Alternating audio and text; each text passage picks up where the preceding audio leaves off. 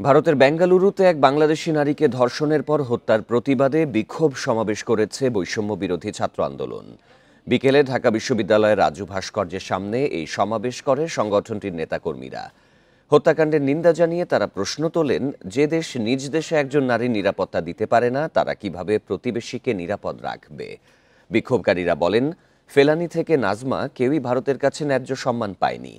এ ঘটনায় এখনো পর্যন্ত পররাষ্ট্র মন্ত্রণালয়ের বিবৃতি না দেয়াকে নতজানু পররাষ্ট্রনীতি বলে মনে করেন বিক্ষোভকারীরা।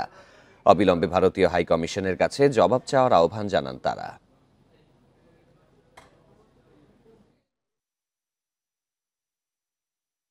আমাদের বোন নাজমা হত্যার বিচার দাবি করছি।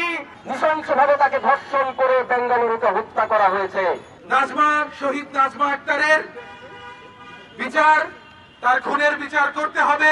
কোন ধরনের নতজানু হওয়ার সুযোগ নেই।